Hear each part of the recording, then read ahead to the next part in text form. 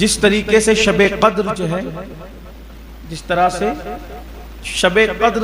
رات افضل ہے، ویسے اس کا دن بھی 27ویں کا دن بھی بڑا افضل ہے۔ بہت سارے اعمال ہے شب قدر کے، ایک عمل جو ہے وہ سیدنا مخدوم اشرف جہانگیر سمنانی رضی اللہ تعالیٰ عنہ کا ہے،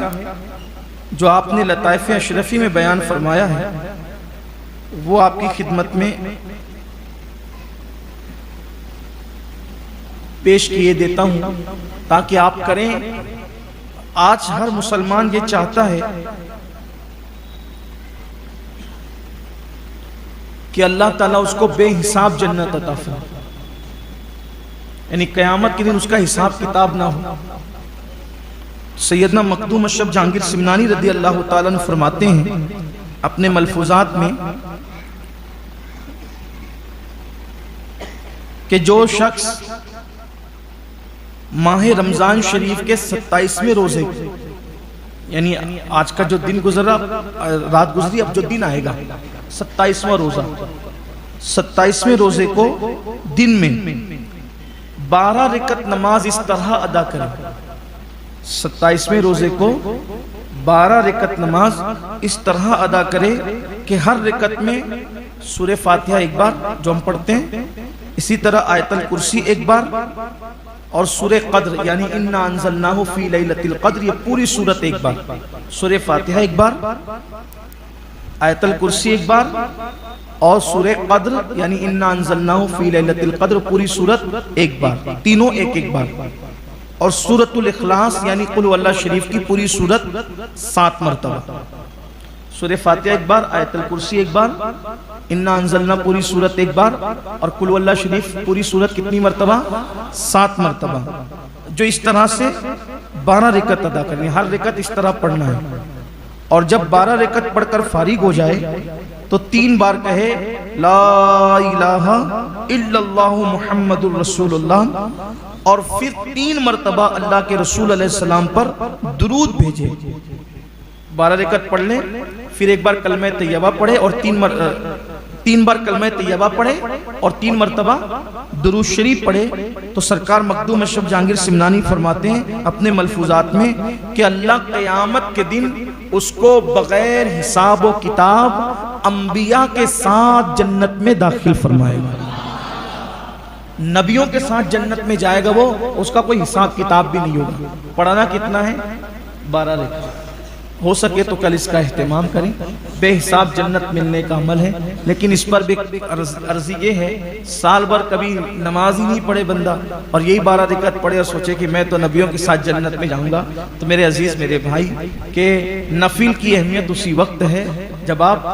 فرض کے ساتھ اس کو ادا کریں، تو اللہ تعالیٰ ہمیں فرض کی بھی توفیق عطا فرمائے، نفل کی بھی توفیق عطا فرمائے۔ آج کی رات درود شریف کا اہتمام کریں، دعاؤں کا اہتمام کریں اور تلاوت کا اہتمام کریں۔ بڑی اہم رات ہے، بڑی اہم رات ہے۔ اکثر بزرگوں کے نزدیک شب قدر 27ویں رمضان شریف ہے۔ اللہ تعالیٰ ویسے بھی شیخ ابو الحسن شاذلی رحمت اللہ علیہ سلسلے شاذلیہ کے بہت بڑے بزرگ ہیں، فرماتے ہیں جس سال رمضان شریف کا پہلا روزہ منگل یا جمعہ کو ہوتا ہے، اس سال شب قدر 27 تاریخ کو ہوتی ہے،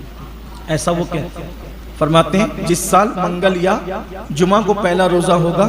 اس سال 27 تاریخ کو شب قدر ہوتی ہے۔ اور پھر اس میں شب قدر میں اس کو شب قدر کیوں کہتے ہیں؟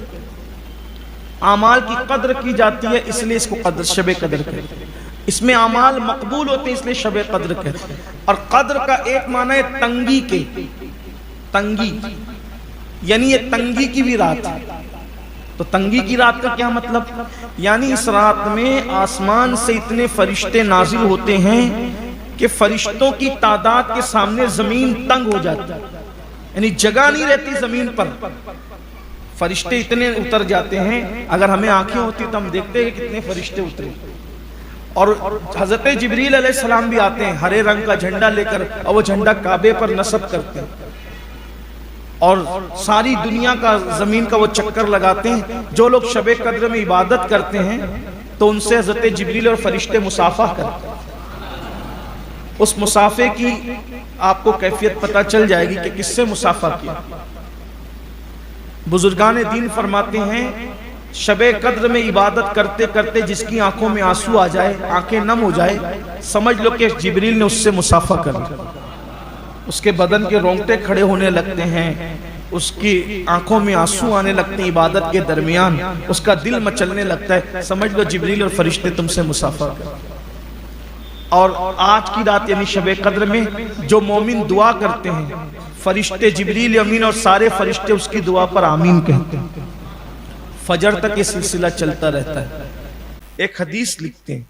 کہ اللہ کے رسول صلی اللہ علیہ وآلہ وسلم نے ارشاد فرمایا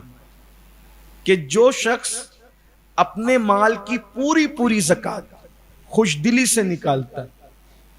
کیونکہ جب نکالتے ہیں تو دیکھتے ہیں ارے اتنا کیسا جا رہا ہے، 2.5% اتنا لگتا ہے، 97% کتنا پڑا ہے تیرے پاس، پھر بھی دل چھوٹا کرتا ہے۔ خوشی منا اللہ کے بندے کہ اللہ نے تجھے مانگنے والا نہیں بلکہ دینے والا بنا، اور اس پر بھی تجھ سے وعدہ کیا کہ 1 دے گا تو میں تجھے اس کے عوض میں کم سے کم 10 دوں گا، اور اچھی نیت سے دے گا تو میں تجھے اس کے بدلے میں 1 کے بدلے 70 دوں گا، اور اچھی نیت سے دے گا تو 1 کے بدلے 700 دوں گا، اور اچھی نیت سے دے گا تو 1 کے بدلے بے حساب عطا۔ تو جو خوش دلی بات، خوش دلی کے دل چھوٹا کر کے نہیں، خوش دلی سے نکال، یہ واپس ملنے والا ہے، یہ واپس ملنے والا ہے۔ اللہ کے رسول علیہ السلام فرماتے ہیں کہ اللہ فرماتا ہے جو میری راہ میں دیتے ہیں وہ مجھے قرض حسنہ دیتے ہیں، آج وہ اپنی حیثیت کے مطابق دے رہے، قیامت میں اپنی شان کے مطابق ان کو لوٹا دوں، یہ ملنے والا ہے۔ اس لیے جمع کراؤ اللہ کی بینک میں، جتنا دے سکتے جتنا خرچ کر سکتے، اللہ کے یہاں جمع ہو رہا ہے سب۔ ایک بار اماں عائشہ پاک کو حضور نے کچھ جو وہ درہم و دینار دیے، تو جب شام کو حساب لیا کہا کیا کہا حضور 2 درہم بچا لیے اپنے لیے، باقی سب خرچہ کر دی۔ فرمایا 2 خرچہ کیا، سب بچا لیا، کیونکہ جو اپنی ذات پہ خرچہ کر رہے ہو وہ ختم ہے، جو اللہ کی راہ میں دے رہے ہو وہ واپس ملنے والا اور شان کے ساتھ ملے گا انشاءاللہ۔ اس وقت انسان سوچے گا میں نے دے کیوں نہیں دیا، مال وارثوں میں تقسیم ہونا ہے، جیتے جی اولاد ماں باپ کے کام نہیں آتی آج کل اللہ ماشاءاللہ، مرنے کے بعد کس نے مغفرت کی دعا کرنا ہے، اس لیے آج اپنے لیے جو کر سکتے ہو کر لو، مر جائیں گے 2-3 دن بچے روئیں گے، اس کے بعد سب اپنے اپنے کام دھام میں لگ جائیں۔ میرے بھائی جو قوم اللہ کو یاد نہیں کرتی وہ ماں باپ کو کیا یاد کرے گی؟ آپ کہاں ہو؟ اپنے لیے جو کر سکتے ہو، میں آپ کے بچوں سے آپ کو بدگمان کرنے نہیں کھڑا ہوا ہوں، لیکن یہ کہہ رہا ہوں آخرت کے بچوں سے پیار کرو، ان کے لیے انتظام کرو، سب کرو، لیکن آپ دیکھ رہے ہو کہ جو قوم اللہ کو یاد نہیں کرتی، رسول اللہ کو یاد نہیں کرتی، مرنے کے بعد بہت کم لوگ ہیں جو ماں باپ کو یاد کرتے، بہت کم لوگ۔